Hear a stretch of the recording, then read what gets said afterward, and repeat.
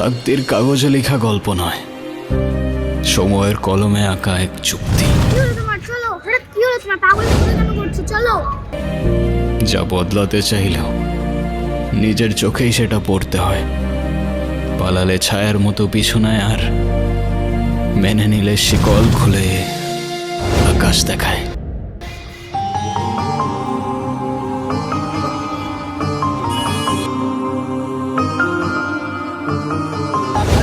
পাগল এটা কোথা থেকে আসবে?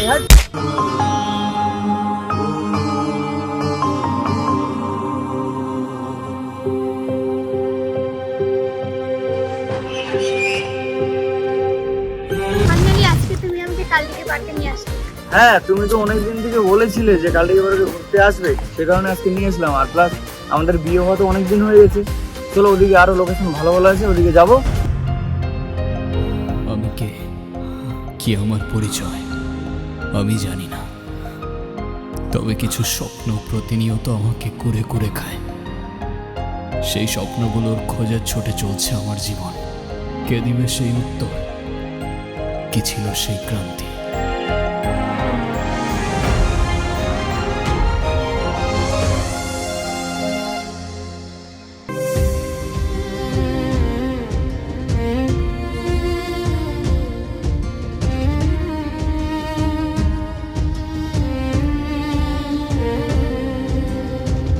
আরে ভাই, একটা মেয়ের চক্করে কি না হালটা করে দিল তোর রে।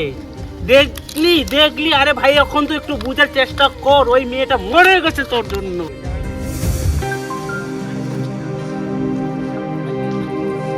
একটু তো শুধরে রে ভাই।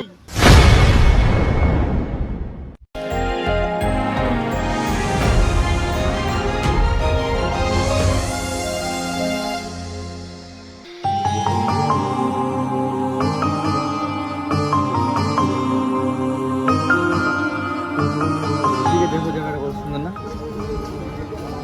আরে কি হলো তোমার? আরে কিছু না, ওই পাগলটাকে দেখছিলাম।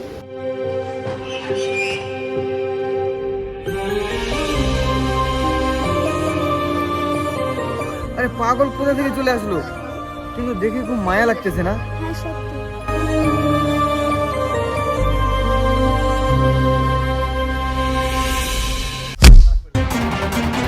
কি করছো? ছাড়ো ছাড়ো, কি করছো?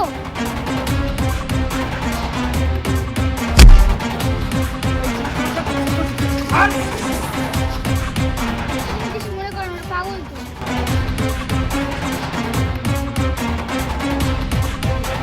ভাই তোর সাথে বেশি না, আমার 1 মিনিট কথা আছে ভাই, একটু সাইডে আসবি? আরে ভাই কি বলার আছে এখানে বল না, ওদিকে যাই কি করব? আরে ভাই একটু বুঝার চেষ্টা কর, সব কথাই সব জায়গায় বলা যায় না রে ভাই, একটু সাইডে চল। আচ্ছা ঠিক আছে, তুমি থাকিও ওখানে, হ্যাঁ আমি শুনে আছি কি বলতে। আরে ভাই কি বলবি তাড়াতাড়ি বল। ভাই তুই কি একটুকু শুনতে চাইবি না যে একটা আমার পাগল বন্ধু এতগুলো মেয়ে থাকা সত্ত্বেও ওই মেয়েটার হাতটা কেন ধরলো বলতো ভাই? আরে ভাই তুই এগুলো কথা কি বললি? আমি ভাবছি একটা পাগল এখন ধরতেও পারে, তো অতটাও আমি কিন্তু মাইন্ডে নেই জিনিসটা। তাহলে শুন, ওই মেয়েটার কেউ না, আমার নিজের বন্ধুর একমাত্র প্রেমিকা ছিল, বুঝতে পারলি ভাই? আরে ভাই তাতে কি হয়েছে? বিয়ের আগে অনেকজন এইভাবে থাকতেও পারে, বিয়ের আগে কি করতেছে না করতেছে এখন বিয়ের পরে আমার দেখে তো লাভ নেই ওগুলা। তুই কি মানুষ?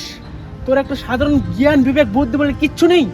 আরে আমার বন্ধুটা পাগলের মতো ঘুরে বেড়াচ্ছে একটা ভালোবাসার জন্য, আর তুই কি বললি যে হ্যাঁ বিয়ের আগে কি হয়েছে না হয়েছে আমি কিচ্ছু জানি না, এখন আমার আছে আমার।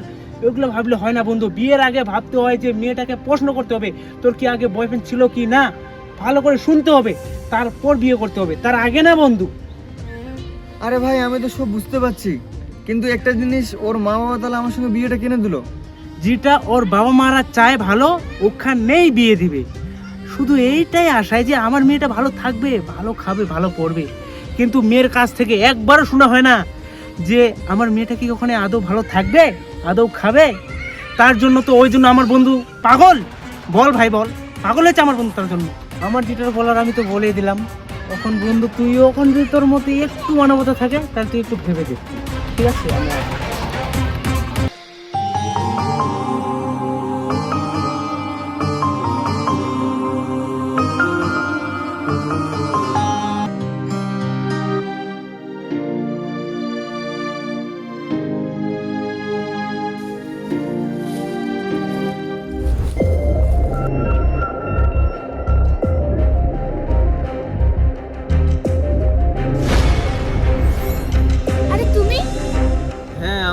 তুমি এখানে কি করছো?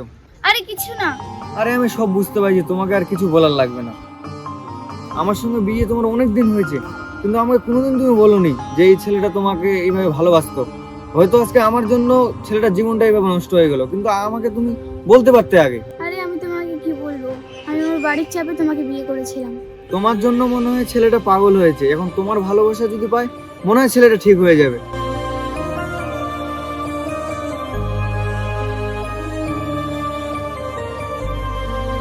ভালো করে থাকবা, হ্যাঁ? ঠিক আছে। বিশ্বাস করেন না,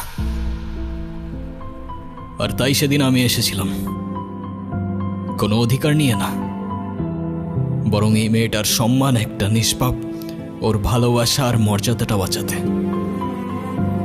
আর হ্যাঁ, আমি ওর কিছুই না, আমাদের মাঝে কিছুই নেই। এই সবটাই ছিল অভিনয়, আর এই অভিনয়ের শেষটাও আমি লিখে দিয়ে যাচ্ছি। চলে যাচ্ছি আমি। যদি কোনো ভুল করে থাকি মাফ করবেন সবাই।